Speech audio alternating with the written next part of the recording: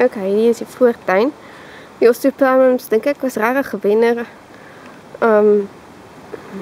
Hulle neem 'n soort van 'n bietjie oor op hierdie stadium. Maar dis 'n goeie ding want alles anders te lyk my is besig om terug te vrek. Daar's 'n klomp goedjies wat saad geskiet het wat opkom. Soos hierdies.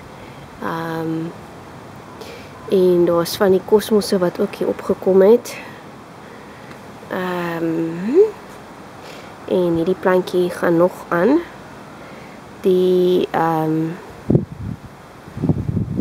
Kenias, die ander goeders.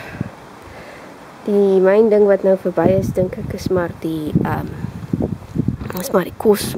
die petuniaatjies. Dit is soort van verby en dan hierdie goeders stoot oral op.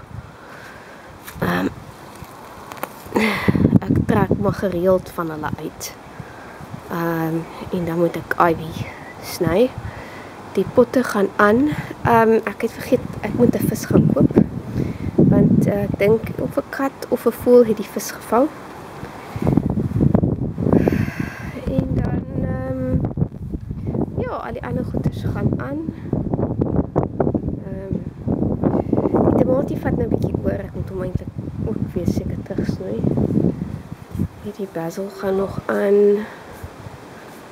Al die potte gaan nog aan. Daar het 'n klomp poppies en kosmos opgekom in die boom se pot. Ek glo dit of dit nie, ek het van hierdie goed hier al weggemaak en uitgetrek en 'n bietjie skoon gemaak. En dan, soos jy kan sien in daai hoek, gaan dinge aan en dan het ek 'n tomatieplantasie. Ek het gedink waarskynlik wat ek seker moet uittrek. Ek dink die tulpe gaan mooi aan. En die clematis het nou begin terug sak, doodgaan. Ja. En van hierdie rose is net die een in die voorste pot.